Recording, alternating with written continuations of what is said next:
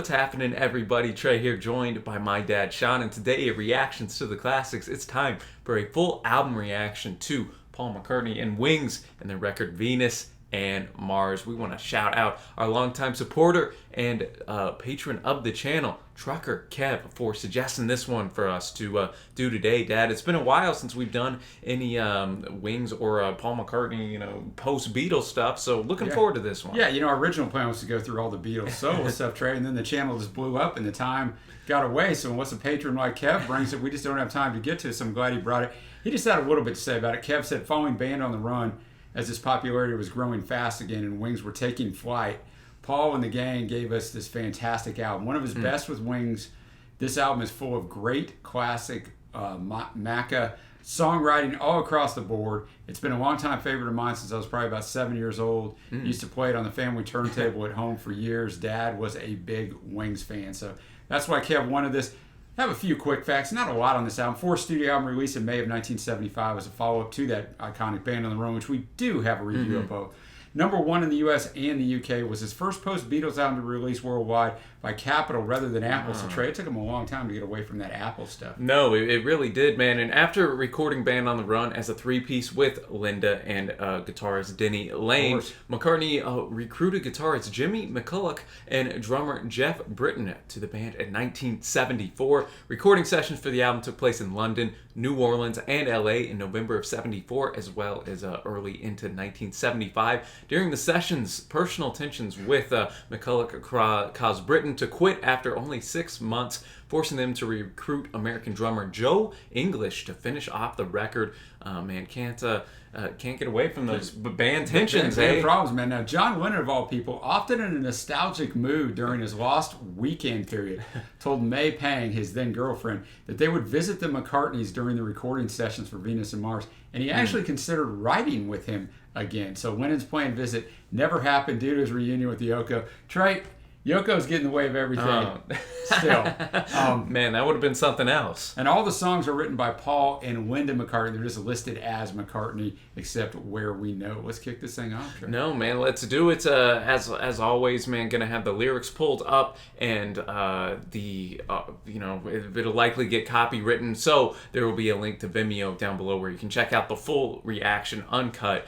Shout out to the patrons, man, who give us the space to be able to put that up on there, so y'all can enjoy the full music, man, free of charge. All right, Dad. Well, with all that out of the way, man, we will get into this in the short title track, which is only a little over a minute long, but it's a medley that goes into the next track. Yeah, so we'll Rock play it all Show. as one. It was a single, went to 12 in the US, didn't chart in the UK. Thought that was interesting. Surprisingly enough, it's an acoustic. Venus and Mars is an acoustic folk-like song representing the perspective of a concert goer waiting for the show to start. Well, hey, man, that makes sense starting off the record. Yeah, and originally when the song was released, fans believed the title referred to Paul and Linda, which you could see. Yeah. Paul was denied this, stating that the song is, quote, is about an imaginary friend who's got a girlfriend who's the kind of person who asks what your sign is before they say hello.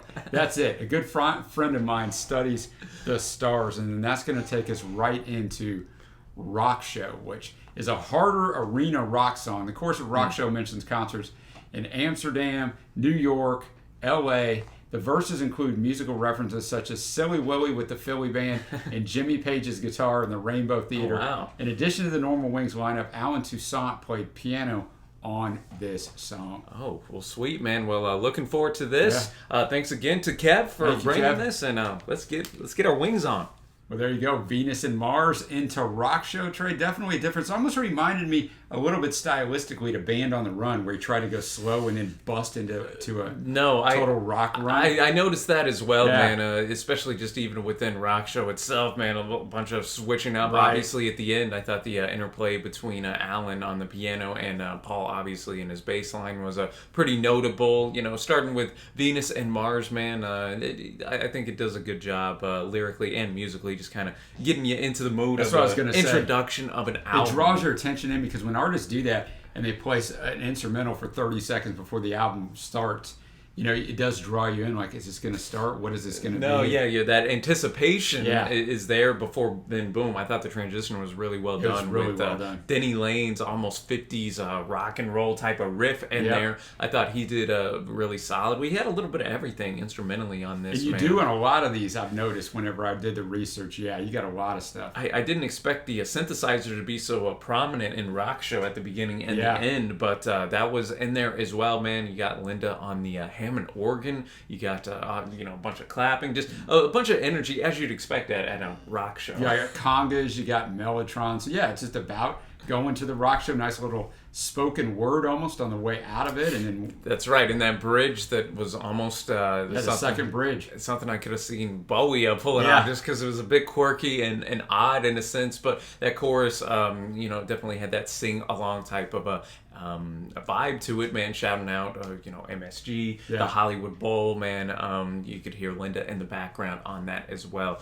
So I think this was a strong showing, man. And I know it's one of the longest tunes on here, and I think the way they were able to switch up so many different instruments in there. Yeah, I agree. Kept it great way to start. Kept it interesting, man. So now we're gonna go to Love in Song as our track number 3 here, and it was originally written on Paul's 12-string guitar, and Paul has claimed the song just came to him. Yeah, in addition to playing the 12-string and singing lead vocals, Paul plays the upright bass, the very same upright bass, Trey, that Bill Black played on Elvis hits such as Heartbreak Hotel. Denny and Jimmy also play guitar. Linda sings back, and it's one of the few Venus and Mars songs on which Jeff Britton's there to play the drums, as the song was recorded before he was replaced by Joe. And the first and third verses express a degree of sadness as the singer cries out to his lover in the first verse, and he sings of sadness that resulted from a misunderstanding in the third. In contrast, the second and fourth verses, the singer sings of how everything is fine when he has his love. So we're gonna as you'd expect with Paul, get a little love subject up in here. Yeah, exactly. All right, Love in Song, Dad. Switching it up a little from that arena rocker and rock show to now going a bit of a ballad here. Yeah. Obviously Paul not shy about writing about his love, man. And Linda, man, never in love. Like, I don't think I've ever been in love, So, I mean, there's not much to this song because even in his verses, he repeats Love in Song twice. So yeah, that refrain's just constant. Yeah, there's really not much in this, but we talked about it at the start. A nice song, nice dial back, shows the versatility compared to the last song. And those misunderstandings, man, and causing this heartbreak for this man. Been in a few of those in my life. And the problem is that the women won't listen when you're trying to explain. No, I'm just joking. No, I don't want to hear the comments. I don't want to hear the comments. I'm just joking. Well, I thought it was interesting, too. We had just a brief moment. I believe that synthesizer came up again right before the bridge, and you got the harp up in this song as well, man. But definitely much more, stripped back just in the sheer amount of instruments compared to Rock Show, which seemed to just be throwing stuff but even left at that, and right. Paul and Denny still put in the work to play multiple instruments, man. So this was not an easy recording process. No, not at all, man. And now we're going to go to a short and sweet song, only 2:14 here. You Gave Me the Answer. McCartney occasionally paid tribute to his father, James, who led his own band in his youth by writing music hall numbers such as When I'm 64 or Honey Pie. To enhance the realism of getting into this type of period, McCartney recorded his lead vocals through a filter that removed much of the lower end frequencies to help emulate the sound of singing through a megaphone, the signature sound of Rudy Valley, which was a common recording technique in the 1920s where singers like Valley and Al Jolson had to compensate for the poor reception of primitive recording equipment at the time. So I didn't know. See, I thought that was a really interesting thing that I found that out in the research. So you don't think about that, Dad. Like, that's 100 years ago now. We're just no joke pioneering, trying to find the best we can. Yeah, and I mean, if you're a regular watcher of this channel, we're not huge fans of When I'm 64 and Honey Pie, but I'm gonna be open-minded on this. No, we'll give it a fair shake. All right, you gave me the answer, Dad. How would you feel about this one? I actually didn't dislike it. I think especially when you understand he's writing these for his dad. I'm with you on this. And I mean multiple instruments. And you got a bassoon, you got the cello, You got the viola. You've got two different guys on the clarinet. Two different guys on the violin. I mean, you got a lot of stuff going on in 2 minutes 14 seconds. No, man, I'm with you. I mean, I like this more than Honey Pie. Oh, I do too. Oh, no doubt. 100%, man. And I think no doubt. It started off with that piano riff, and that piano really just kept throughout the entire track, and then coming in with that effect that we were talking about, giving it that really old school type of vibe on the vocal. A little spoken word there in the middle while we get into the instrumental. So yeah, I didn't mind it at all. I thought the strings were really sweet, man, and that instrumental break in the middle just really showcased yet again how well crafted the musicianship on this record is, and just kind of has that simple type of subject matter too that I think throws back to that music hall style on top of that, man. So I was nervous going in, man, but hey, so was I. But I was surprised. Paul delivered, and now we're gonna go to the next tune here, Magneto and Titanium Man, getting a bit of a comic book vibe on this one right here. That's exactly right. It's in the narrative form and includes those Marvel comic characters, Magneto, Titanium Man, and the Crimson Dynamo in its story. I guess he just didn't want to add that to the title, so let's check it out. All right, Magneto and Titanium Man, a very odd subject matter, and yet very well arranged. Paul and company pulled it off.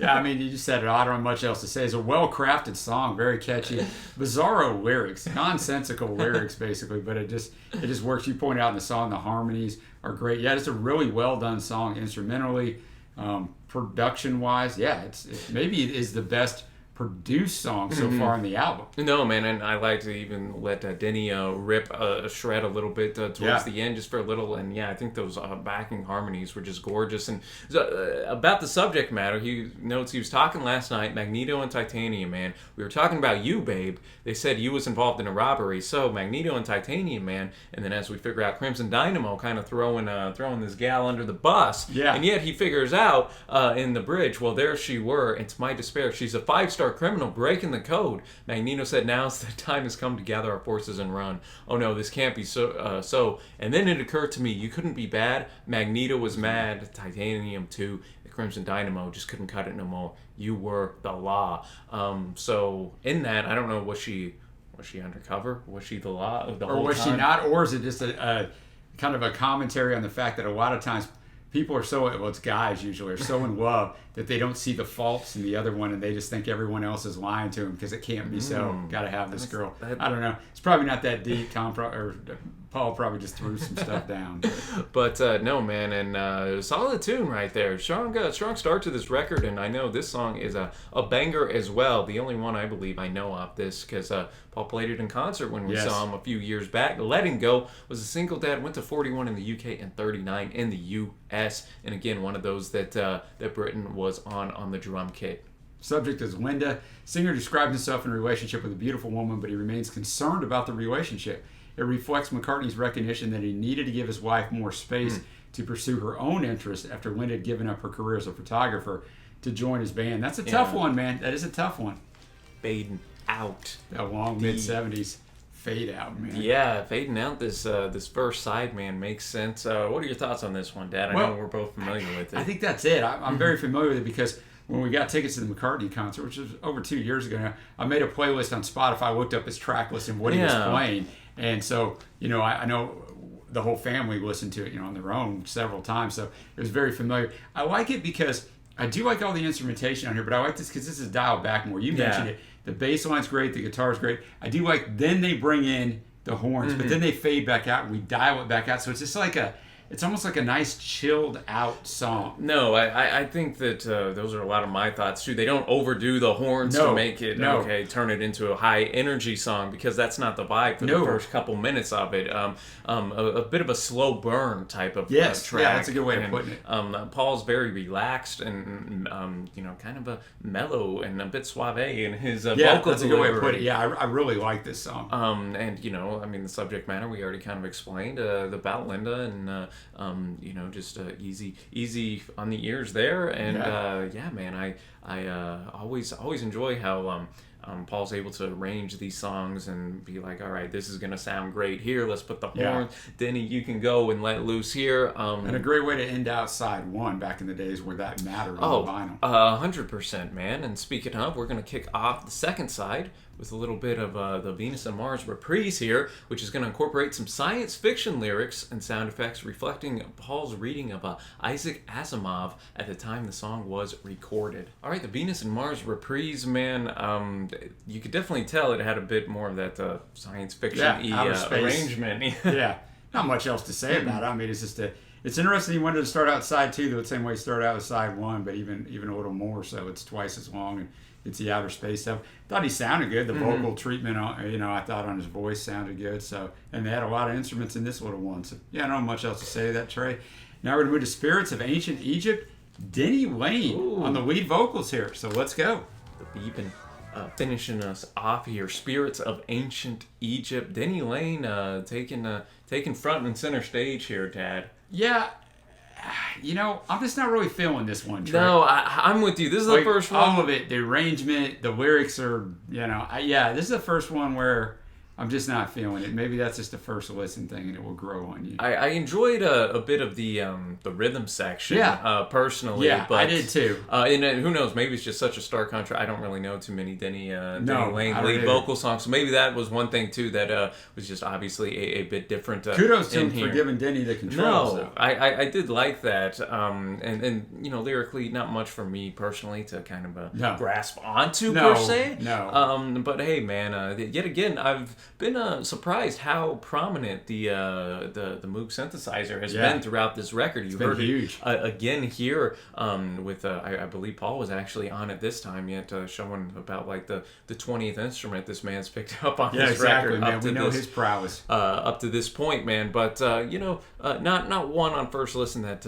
is immediately jumping out to me. But let's see if Medicine Jar is going to change the tide here. This was written by Alan McCulloch, lead vocals by Jimmy McCulloch. So it's interesting, back to back, different vocalists than Paul. All right, Medicine Jar, bringing the heat here. What you think of this one, Dad? Oh, actually, this is one of my favorite songs on here. Me too. I thought the writing was great. It's interesting the McCartneys didn't write it. I thought the singing sounded great. And you nailed in the song. I said Pink Floyd.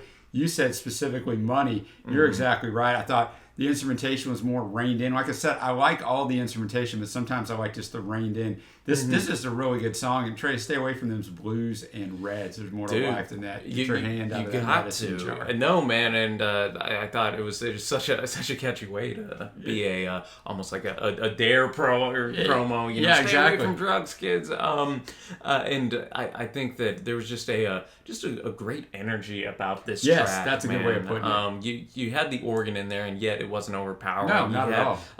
Paul showcasing the bass at certain points in there, kind of filling in, and of course, yet again, you had a really strong guitar solo on here as well. Yeah, exactly. And yet again, almost felt like a bit of vocal treatment at certain points in this tune, and it just all worked together quite well here, man. So shout out to the McCullochs, man. For helping this song really get in motion and together. That very well might end up amongst my favorites when we get to the end there. We got 4 songs left already, ladies and gentlemen. Call Me Back Again is our next tune. Yeah, they completed writing in New Orleans, where most of the recording sessions for Venus and Mars took place.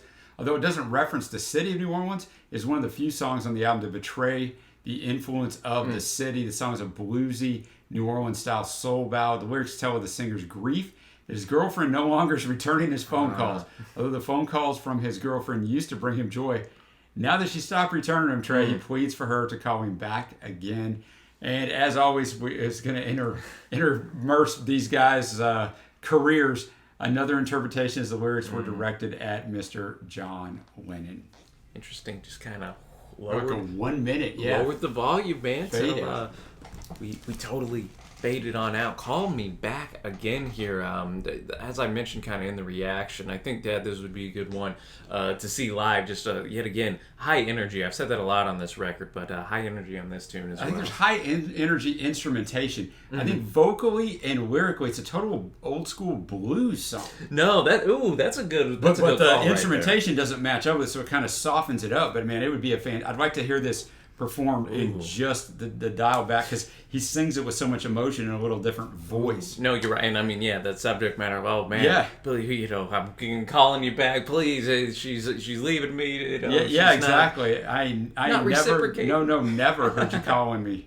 So and it harkens back to yesteryear. It's 1975, Trey. We only had landlines. If that person wasn't home, you start telling yourself, well, they're not home. Where are they nowadays? I can text you, and you're going to see it that millisecond. So I also kind of like that on just the nostalgia part. And yet again, I think the instrumental breaks on this whole record have been quite strong. Yeah. This song's no difference, man. Definitely. That guitar solos in here just screeching, as we had Denny, and not only Denny, we also had Jimmy McCulloch on electric guitar as well, man. Yeah, so, Paul's on the clavinet, the bass, the string arrangement, and the electric piano. You got a couple alto saxes, 3 different guys playing trumpet. You got a baritone sax. No, man, that horn section again. It's spot on, man. Put in the work. So, man, that was a strong tune right there, man. And we're gonna go now to listen to what the man said. We're gonna go a little 1-2 punch here and transition that right into Treat Her Gently.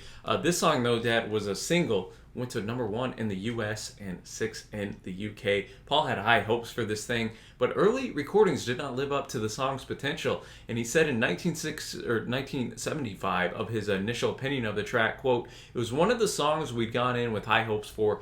Whenever I would play it on the piano, people would say, oh, I like that one. But when we did the backing track, we thought we didn't really get it all together at all. After Dave Mason added guitar overdubs, the band was still dissatisfied. However, once Tom Scott recorded the sax solo, see, people, you just get the saxophone sax solo. in there, man. Judgments were changed. McCartney said of Tom Scott's impact on the track, quote, "Someone said famous jazz musician Tom Scott lives near here. We said, yeah, give him a ring, see if he turns up." And he turned up within half an hour. I mean, it helps when Paul McCartney. Yeah, I was going to say, I'll be right there. There he was with his sax, and he sat down in the studio playing through. The engineer was recording it. We kept all the notes he was playing casually. He came in, and I said, "I think that's it." He said, "Did you record that?" I said, "Yes." And we listened to it back. No one could believe it. So he went out and tried a few more, but they weren't as good. He'd had all that feel on his early take, the first take. Yeah, very interesting. He didn't even know they were recording it. The seemingly random words which are spoken before the music begins apparently are said by McCartney.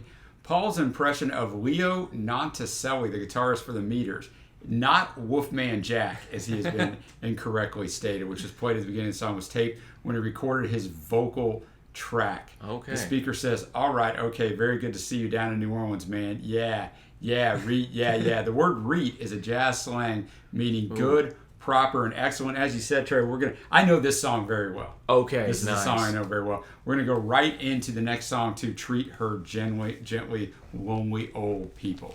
All right, Dad, we'll start off with listen to what the man said. On this one, man, if you would not have told me it wasn't the Wolfman at the start, I would not have known. I would not have known either. Yeah, I don't remember that part being on there, but I mean, I was 4 years old when this came out, so I don't remember it, yet I do remember it being played on the radio. Yeah. Some when I was just a little bit older, so I knew that you listened to what the man said. Little part, I don't know. We didn't really know much of the rest of it, but yeah, really good song. Well, and I think it has that veneer to it where you're like, yeah, I can see this being a number 1 type of single. Yeah, definitely. And shout out to Tom Scott, man. I kept queuing in. They put a couple of his notes at the beginning and towards the end, but that just was building in anticipation for that saxophone solo that just came blistering in, soaring. Loved that, and just one of those stories that is easy to follow around, and yet again strong arrangement. We're a broken record on this, but I think the arrangements on all of these songs have been very professional, very well done, great harmonies on this track as well. But I actually enjoyed the Treat Her Gently, Lonely Old People little medley a bit more myself. I actually did too. It's interesting because it's 2 different songs, obviously. They alternate verse by verse, but they could go perfectly together. Oh, yeah. And they didn't really change up the arrangement of it too much, and I like that. It's just an excellently written song. It's Paul at some of his peak on this album as far as writing wise. No, and slowed it down a little bit. Yeah. Had some strings in there to get a little bit of that sentimentality, I think, to it on "Treat Her Gently." Just trading your girl. Yeah, exactly. Gently, man. You'll never find another way. But "Lonely Old People" I thought was interesting too, because all the way to his early days as a Beatle, Paul has been able to write about in a way that is mature, obviously beyond his years. Yeah. And I think this is just another example of that. Here we sit, two lonely old people, eking our lives away bit by bit, two lonely old people, keeping the time of day. Here we sit out of breath, and nobody even asked us to play. Old people's home for the day, nobody asked us to play. So I think it hits into that physical realm, we're sitting here out of breath, and also that societal, relational realm of being kind of isolated. Once you get older, people don't have a lot of use for you sometimes. So yeah. So I just thought that was a really well done lyric, probably the best straight up actual lyrics in I my did too. opinion. And if you don't treat her gently, you're not going to grow into being lonely old people. And I wonder if that's why they put them together. That's a good observation right there, Dad. I was really impressed by that one, and we're just going to finish this off with a little Crossroads action here. The Crossroads theme, actually. Yeah, kind of a strange way to end it. Written by Tony Hatch. It was composed by Tony Hatch. It was a British soap opera. The Wings version was used from the late 70s, usually when an episode ended with a dramatic event. So, I mean, did Paul love this show? Did it win? I don't know. It's a strange way to end. And that, ladies and gentlemen. Yeah, it's just, I guess he just wanted to end it off with the way he sort of started, with bringing it slow. It's just... Yeah, kind of bookending I probably would have left it off. I mean, I don't dislike it. I just don't have any opinion on it. But I probably would have just left it off with Treat Her Gently. And... Only Old People. Yeah. So Kev's phase before we get into ours is Venus and Mars into Rock Show, and then Letting Go and Love in Song. All right. Well, those are good choices right there, Kev. And I'm gonna steal one of Kev's. I'm gonna go Letting Go. I knew it. I knew it coming in, cheating a little bit. I gotta give love to Treat Her Gently, Lonely Old People. I thought that was great. Actually, Medicine Jar gonna be amongst my favorites as well. I just thought that even though Paul wasn't on the lead vocals, they crushed it. And my last one, I'm actually going to be wild. I don't know if it'd be like a favorite, but I want to shout out You Gave Me the Answer, the old music hall tune. I was just impressed with the way Paul was able to keep that old school nature to it, and yet he didn't make this music hall hated, No, exactly. Same right here, man. I'll give that one an honorable mention. I'll go Letting Go. I'll go Medicine Jar as well. That thing was fantastic. I got to go with Listen to What the Man Said. Yeah. And Treat Her Gently, Lonely Old People as well. So a lot of similarities here. Now, Trey, we're at the overall score time. What do you got on this one? Man, overall, I thought the musicianship was just top-notch. Top-notch. And production, like you said. I was really impressed with that. I thought that, subject matter, there's maybe not like the big hit for me. Like, I hate saying like A Band on the Run, because that's one of the great songs of the 70s, but you know what I mean. Yeah, exactly. Even though there were multiple songs on here that went to 1 or in the top 10, I didn't get that per se in first listen, but a lot of solid tunes throughout here. So all that to say, man, I'm going to be at about a 7.75 for me. Okay. On first listen. I thought it was a really strong effort here, and I'm gonna have to think about it. I might like it more than Ram, which might be a hot take. I know we weren't as high on. Oh yeah, I think I probably. I know we weren't as high on Ram as a lot of Beatles fans and McCartney fans are, but going through this, man, there was just a lot here that I enjoyed instrumentally in particular. Yeah, see, I'm with you. I'm just gonna mirror your thought. It's consistent throughout, instrumentally, production wise. The lyricism is weak on a lot of these songs, but the instrumentation and the production carries it, man, when you're listening to it. So I'm going to be right there with it. Maybe at a 7.5. It's just first listen. Some of this, I'm sure, would grow me, but I'm also with you on better than Ram, and I know that's a hot take. But and I thought it was paced quite well, too. Nothing drugged. Sequenced well, paced well. So a really good choice, Kev. We appreciate you bringing this one to us. This has been quite a while since we've been back on this solo train for the Beatles, guys. If you would like to support us in any way, check out the Patreon link below, or Check out the Patreon link on the end screen. The patrons make all of this possible. No, and we, of course, want to hear your thoughts on Venus and Mars. Let us know your favorite tracks and your overall score. And be sure to show some love to Trucker Kev for bringing this to us. I'm sure there will be some more at some point here in the future that we got. And that'll be fun as well, man. But until next time, thanks so much for watching, y'all. Happy listening. And we will see you.